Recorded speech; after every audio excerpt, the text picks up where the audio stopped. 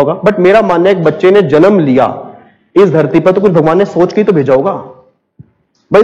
Simple, मेरा trust है कर्मों पे। अगर आप सच्चे दिल से कर्म कर रहे हो, आप अच्छे दिल से एफर्ट्स कर रहे हो, तो भगवान रिजल्ट भी 100% देगा। अगर आप एफर्ट्स ही सही ढंग से नहीं करे तो रिजल्ट भी भगवान क्यों देगा सर?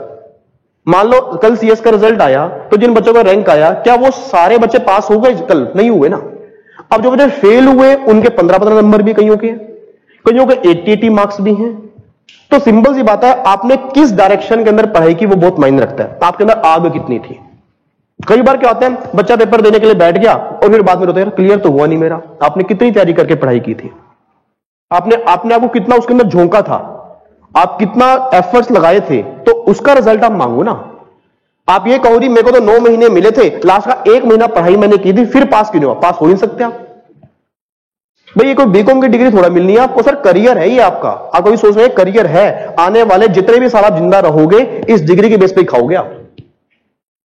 और अगर मैं कुछ भी चीज, मेरे घर में कुछ भी है, और अगर फैमिली मान लो मेरी सेफ है, कंफर्टेबल फैमिली है, तो किस लिए? इस 2 वर्ड की वजह से ना। अगर ये 2 वर्ड मेरे पास ना होते तो मैं कुछ भी नहीं था। आप मुझे जानते हो भाई, सिंपल सी बात, आपने मेरा यूट्यूब देखा, क्यों देखा? क्योंकि नाम क्या कि ये लिखा हुआ है, सिंपल सी बात है, सीए लिखा हुआ है। और अगर ये ना होता आप मुझे कहां जानते भाई? और मैं इतना एफर्ट कैसे करता, मैं पता नहीं इस टाइम कहां पे होता। मतलब इस 2 वर्ड ने ही तो मुझे पहचान दी ना। वो बात अलग है बच्चों ने प्यार किया, बट बच्चों ने प्यार भी क्या किया होगा जब मैंने कुछ डाला होगा। इस 2 वर्ड ने मेरी पहचान नहीं की। आपको लगा नहीं यार विवेक सर बहुत अच्छा काम कर रहे हैं, चलो ठीक है। तो बस वही था कि अपना सीए फाइनल के अंदर लास्ट के मेरे को 4-4.5 महीने मिले। अब मेरे अंदर एक आग थी भैया आप तो निकालना, और दोनों ग्रुप एक साथ निकाल रहे हैं। और फिर टाइम टेबल बनाया, मतलब टाइम टेबल मेरे कोडिंग टाइम टेबल जरूरी होता है, मैंने टाइम टेबल बनाया। और मुझे अभी तक कहता है सुबह 5:30 बजे ICAI विश्वासनगर की लाइब्रेरी, जो विश्वासनगर की लाइब्रेरी है, 5:30-6 बजे खुल जाती थी। 6 बजे खुलती है मेरे ख्याल से, 5:30 या 6 बजे। मैं 5 बजे लाइब्रेरी के बाहर अकेला बैठा होता था।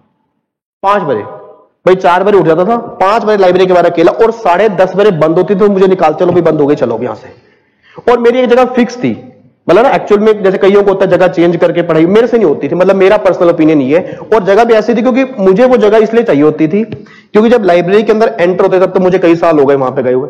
लाइब्रेरी के अंदर अब एंटर होते थे ना, तो इस तरफ मुंह होता था कईयों का मुंह इस तरफ होता था, कईयों का मुंह ऐसे। मतलब एक टेबल यहां थी, एक टेबल वहां थी, उस साइड दीवार थी, तो यहां पे आते थे सब लोग दिखते थे इधर मुंह वालों को।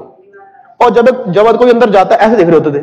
मैंने कहा भाई ये पढ़ रहे हैं क्या कर रहे हैं भाई? वो फिर पढ़ाई थोड़ा है, आप डिस्ट्रैक्शन कर रहे हो। तो मेरे को एक जगह चाहिए थी भाई, सामने दीवार हो, इधर चेयर हो, पीछे से कौन आ जा रहा है मुझे पता ना लगे। भाई लाइब्रेरी में पढ़ने के लिए आयो ना, किसी को ताड़ने के लिए थोड़ा, सिंपल सी बात है भाई, देखने के लिए थोड़ा आयो भाई। ये राजीव चौक का स्टेशन थोड़ा कि वहां बैठ के घूमते रहो तुम। लोग बैठे होते हैं, मैं देख रहा हूं राजीव चौक मेट्रो पे सड़क वहां एक घूमने बीच वाला होता है जहां पे पिलर होते हैं, वहां बैठ के ऐसे देख रहे होते हैं। भाई चल क्या रहा है ये भाई? सिंपल सी बात है ना, आप क्या कर रहे हो भाई? आपको कुछ लाइफ में अचीव करना है, यही मेट्रो स्टेशन में बैठ के देखना है दूसरों को? हम कुछ भी है, इट मींस उनको नहीं चाहिए ना कुछ लाइफ से भाई। ऐसे लोगों को देख के क्या मिल जाएगा? ऐसा कुछ करना चाहिए ना कि लोग आपको देखें, आपकी पहचान बने भाई। सिंपल सी बात है, मेरे अंदर तो ये था कि यहां पे कुछ ऐसा करो कि कुछ काम हो। तो मेरे को सीट थी भैया, ये सीट बैठेंगे और पीछे वाला अपना ये था। तो मैं 4.5 महीने 5:30 बजे लाइब्रेरी आता था, 10:30 बजे निकलता था। और हाँ, जो आईपीसी में कॉन्फिडेंस नहीं था, फाइनल के अंदर कॉन्फिडेंस था कि अब मैं दोनों, जब मैंने देने स्टार्ट किए, 8 पेपर देने में तो पहली बार जान निकल जाती है सर। 4 पेपर 5, जब सही बताऊं 6 पेपर दे लोगे आप, 7वां और 8वां पेपर देने में गनीमत आ जाती है। मतलब इस टाइम शरीर ऐसा होता है बस यार अब पेपर एक बार खत्म हो जाए। और 8वां पेपर जो लास्ट पेपर होता है ना, पेपर दे रहे होते हैं उधर, सपने आ रहे थे हाँ यार लास्ट है, हाँ यार लास्ट पेपर है, आज लास्ट पेपर, कल से छुट्टी। सही बता रहा हूं सर, ऐसा होता है और ये चीज गलत है। क्यों? क्योंकि आप जो पेपर दे रहे हो आपका करियर है। क्योंकि सिंपल देखो 3 घंटे के बाद भी तो सोच आ सकती है ना, बट अगर एग्जाम के बीच में आ जाती है, पता नहीं कहां से सोच आ गई कि अब तो लास्ट पेपर है। चलो मेरा कोई आज डायरेक्ट टेक्स्ट का, मेरा मतलब सारे पेपर मेरे अच्छे गए थे सिर्फ इसका को छोड़ के। और मैं भगवान से ये प्रे करता कि इसका अगर भगवान मेरे 40 भी आ जाए ना तो मेरे बोथ ग्रुप निकल जाएंगे। और जब मैं पेपर देके बाहर आता था, मेरी स्टार्टिंग से आईपीसी के अंदर भी और फाइनल के अंदर भी खास बात हमेशा रही है कि पेपर डिस्कस नहीं करता था मैं। और आज मैं बच्चों को भी समझाता हूं, बट बच्चे समझते नहीं है। और इवन आज तक मेरा यह भी रिकॉर्ड रहा है कि कभी मैंने टीचर को मैसेज नहीं किया कि सर इसका आंसर बता दो। क्योंकि मुझे पता था कि अगर टीचर ने आंसर बता दिया और मेरा मिसमैच हो गया तो अगला पेपर मेरा खराब हो जाएगा। और ये 100% है सर। और कई बार ऐसा होता है, आप अभी तो आपकी स्टार्टिंग है ना, क्योंकि अभी तो आपका इंटर है। आपको मैं बताऊंगा आगे आके जब इंटर क्लियर होगा आपको ना खुद एक्सपीरियंस से पता लगता है। कई बार ऐसा होता है जो पेपर हमारा खराब जाता है उसमें नंबर बढ़िया आते हैं, जो उसके चक्कर में दूसरा पेपर खराब और हो जाता है। हम डर रहे होते हैं, हाँ यार पेपर बड़ा खराब गया, बड़ा खराब गया, बड़ा खराब गया, उसके चक्कर में अगला खराब करते हैं और वो एक्चुअल खराब जाता है। फिर उसमें नंबर कम आ रहे हैं, उसमें ज्यादा आ जाते हैं। ये कई बार ऐसा होता है। तो भैया फायदा क्या उस चीज को डिस्कस करने का। तो मेरे को अभी तक मैंने बताया भी अपने जो स्टॉक के अंदर स्टोरी में, डायरेक्ट टैक्स का मैंने पेपर दिया डीटी का सीए फाइनल के अंदर। अब हाँ डिस्कस मैंने उसके अंदर किया था। मेरा एक दोस्त था अर्जुन, जैसे मैं नाम लेता नहीं उसका इतना, अर्जुन दोस्त था मेरा, उसका अभी तक सीए क्लियर नहीं हुआ सर। उसको देख लो, मैंने अब 2013 की बात है, मेरे को क्लियर हुआ था 13 के बाद। अब पता नहीं है उसने, मतलब मेरी इतनी बातचीत भी अब उससे नहीं है सही बताऊं तो, बट अभी तक वो सीए नहीं बना, इतना मुझे पता है। बट उसको ना डायरेक्ट टैक्स पूरा याद था। एक देखो, एक होता है याद होना, एक होता है समझना। कई बार हमें चीजें याद होती हैं, हम ना रट लेते हैं, तो रटना वहां चलते हैं जहां लॉजिक नहीं होते। भाई जैसे मान लो मुझे पता था कि आईटीएसएम है, भाई मेरे को कोई समझाने वाला अगर नई चीज समझ आ रही है तो मैं उसको याद करूंगा ना। बट डायरेक्ट टैक्स तो पूरा लॉजिकल है। एक बात बताओ, जो हम पढ़ रहे हैं क्या इलॉजिकल है? लॉजिकल है ना, लाइनें अपने आप बनती जा रही है कि हाँ सर ऐसा होना चाहिए, ऐसा होना चाहिए, तो लॉजिक चल रही है। अब अगर मैं लाइनें याद करके बैठ जाऊं, एग्जाम में क्वेश्चन घूम के आ जाए, आप सोल्व भी नहीं कर सकते। तो डायरेक्ट टैक्स का पेपर देके बाहर आया, 86 मार्क्स का मेरा पेपर हुआ था, 86 या 88 मार्क्स का हुआ था, जो मुझे अभी तक याद है। मैं बाहर आया, बाहर वो मेरे को 100% था कि अर्जुन आज मुझे जरूर क्वेश्चन पूछेगा, क्योंकि उसका ना डायरेक्ट टैक्स था। मतलब क्लास में हम ले रहे होते थे ना, कोई भी दिक्कत होती थी उसके पास लाके खड़ा कर देते थे, भाई तू बता। अच्छा फिर डर लगता उसको, एज पर दिस सेक्शन ये वो मेरा दिमाग खराब। मैंने कहा वैसे इतने से होता है कई बार सर, क्लास में कोई आंसर दे रहा होता है ना, दिमाग खराब हो जाता है, यार हमें तो कुछ इतना याद ही नहीं है, यार हम कैसे क्लियर करेंगे इसको, तो एक्चुअल में कुछ भी नहीं है। ये सोचना ही बंद कर दो। सही बताऊं, आप दूसरों को देखना ही बंद कर दो, आप लाइफ में आप बहुत आगे निकल जाओगे। जिस दिन आपने दूसरों से कंपैरिजन करना स्टार्ट कर दिया, आप अपने आप की बेइज्जती कर रहे हो। सिंपल सी बात यह है ये, क्योंकि दो लोग कभी बराबर नहीं हो सकते, ठीक है नी? आप उससे आगे निकल सकते हो, आप वो आगे निकल सकता है, या दोनों बराबर। आप कंपेयर मत करो, आप ये देखो कि मैं जो कर रहा हूं उससे मैं सेटिस्फाइड हूं या नहीं, दैट्स ऑल ना। ठीक है, तो उसने क्वेश्चन पूछा, कह रहा विवेक ये वाला क्वेश्चन का आंसर क्या हुआ, ये हुआ। मैंने कहा नहीं मैं डिस्कस नहीं करूंगा, बट काफी उसने क्वेश्चन पूछने के बाद डिस्कस कर दिया, आंसर मिसमैच हो गया जी, दिमाग मेरा खराब। 16 नंबर का क्वेश्चन था, 16 नंबर का, 86 में 16 हटा दिया मैंने, क्योंकि मुझे कॉन्फिडेंस ये था कि उसका सही है, क्योंकि उसको पूरे एज पर this section this subsection ये सारा याद था उसको। मैंने कहा ले भाई विवेक तेरा काम तो हो गया, अब रह गया 70 का। एक क्वेश्चन कह रहा और डिस्कस कर ले, मैं पीछे पड़ गया। मैं कहा नहीं अब नहीं करूंगा। फिर उसने जबरदस्ती की ये वो कर ले, उसका आंसर फिर मिसमैच हो गया, फिर मेरे नंबर गए। अगला कह रहा फिर कर ले, मैं कहा अब तो कर ही ले भाई, तो फेल ही हो गया, अब तो कर ही ले। अब मैं बहुत मतलब सैड हो गया ना, घर आ गया। डायरेक्ट टैक्स का मेरा 6वां पेपर था, फिर इसका का था, फिर आईडीटी का था, या आई थिंक नहीं 7वां पेपर था, उसके बाद आईडीटी का एक पेपर बचा था बस। अब जब मैं घर आया ना तो बहुत दिमाग खराब था। मतलब ये था कि यार अब मैं सीए बनूंगा नहीं बनूंगा, क्योंकि टूट गया था, बिल्कुल ही खत्म हो गया था कि यार आंसर मिसमैच हो गए, उसका सही होगा मेरा गलत होगा। तो मैंने सर को फोन किया, मैंने कहा कि सर ये ऐसे ऐसे पेपर खराब हो गया, अब मेरा पेपर देने का मन नहीं कर रहा है, एक पेपर बचा हुआ है। तो कह रहे क्या हुआ? मैं कहा ये क्वेश्चन डिस्कस कर दिया और मेरे आंसर मिसमैच हो रहे हैं, मेरे बस का नहीं है पेपर देना और नहीं हो पाएगा क्लियर। तो कह रहे एक बात बता, तूने मतलब जिससे मैच किए हैं क्या उसको पता कि तेरे मतलब उसके कंफर्म है तू सही है? मैं कहा सर उसको सारा डीटी आता है, वो सारा ऐसे सुनाता है, ये है वो है वो है, और मेरे को तो इतना याद भी नहीं है। कह रहे विवेक मुझे पता है कि तेरा सही है, तो पेपर दे, अगला एक पेपर है और कुछ ना कर, जाके ऐसा कर पेपर मंदिर में रख दे और 5 मिनट आराम से जाके बैठ जा। और आपने फील किया हो या नहीं फील किया मुझे नहीं पता, कई बार हम मंदिर के अंदर बैठते हैं तो एक शांति मिलती है, एक होती है पॉजिटिव वाइब्स होती है। कहीं मंदिर या कहीं भी जाओ, मंदिर में जाओ कहीं भी जहां मानते हो, कई बार पॉजिटिव वाइब्स आती है। मैं मंदिर के अंदर बैठ गया, 5 मिनट दिल शांत हुआ कि कोई नहीं विवेक अभी एक पेपर है, बढ़िया करेंगे, क्या पता उसमें एग्जामिशन है, कुछ भी करेंगे बट पेपर देंगे जी।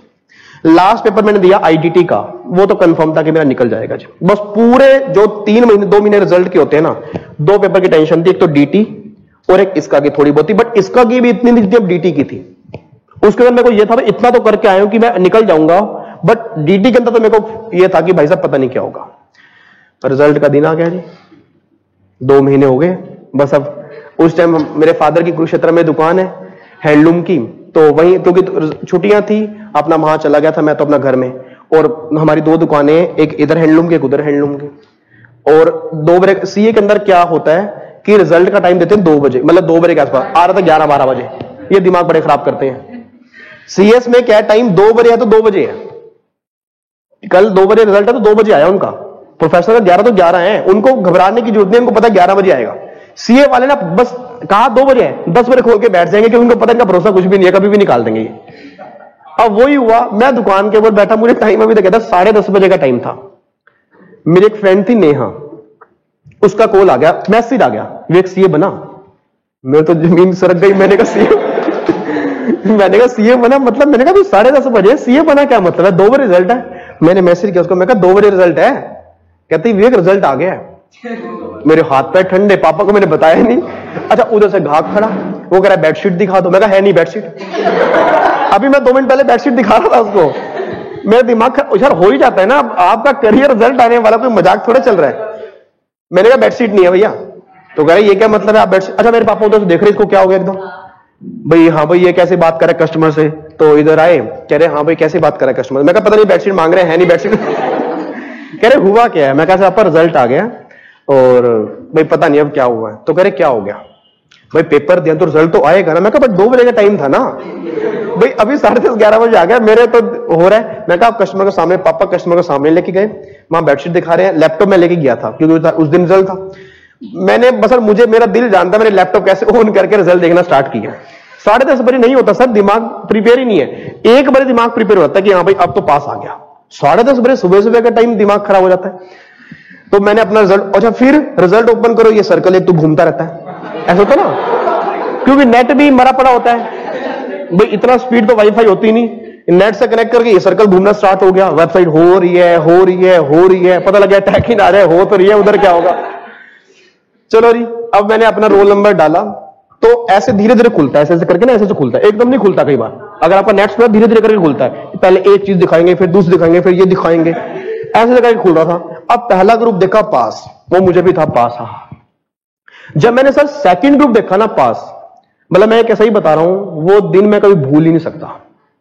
एक्चुअली मैं उस टाइम अपने सेंसेस में था ही नहीं, वो सेंस ही मेरे गायब हो गए थे कि मैं उस टाइम हूं कहां। मतलब मैंने देखा पास, बोथ ग्रुप पास, और मैं अपना लैपटॉप उठाया, मम्मी पापा सामने थे, उधर बैठ। मैं सही बता रहा हूं सर, मुझे नहीं पता उस टाइम, मैंने कहा ना मैं सेंसेस में नहीं था। लैपटॉप उठाया, भागा, उधर से बाइक आ रही है, वो मेरे को गिर के चला गया, ऐसे मैं गिर गया हूं। लैपटॉप उठा के पापा के पास गया हूं, मैं पापा को पापा सीए। तो पापा ने तो अपना बेडशीट छोड़ी, और भाई पापा ने कहा मंदिर सामने पहले वहां कर अपना। उसके बाद बस फिर मम्मी के पास गया, पूछा उनसे क्यों आपने बोला कि मैं सीए नहीं कर सकता? कह रहे पंडित ने कहा। मैं कहा चलो यार पंडित पे चलते हैं। फिर आज तक मैं कभी मानता नहीं, मैं कहा पंडित पे चलते हैं। तो पंडित के पास गया, उसको मैंने बताया नहीं मैं सीए हूं। मैंने कहा मुझे सीए करने के, आपका मदर को पहले भी मैंने कहा है कि मैं आप सीए नहीं कर सकते, आपकी कुंडली में है ही नहीं। मैं कहा सर ये रिजल्ट है, मैं सीए हूं। देन ही वाज शॉक कि हो क्या गया, और 3-4 और ही बैठे थे। अब ये नहीं कि मुझे उसकी बेइज्जती करनी थी, और ये नहीं है कि मुझे प्रूफ करना आपको, बट ये है कि उसके बेस पे मैं अपना करियर कैसे डिसाइड कर लूं। मतलब सोच रहा कि अगर मैं मान लेता तो क्या मैं लाइफ में कभी आगे बढ़ पाता? मैं कभी सोचता भी नहीं सीए करने की। हाँ, एक्सपीरियंस लेके फेल हो जाता तो मेरी गलती, मतलब मैं क्या एक्सपीरियंस तो किया ना, बट किसी के कहने से मैंने वो चीज ट्राई नहीं की, वो चीज गलत है सर। मतलब मेरा मानना यह है, if you think you can then you can do anything. मतलब आपके अंदर बहुत ज्यादा, कहते हैं ना, बारूद भरा हुआ है, आपके अंदर बहुत मोटिवेशन है, बस आपको जगाने की बात है।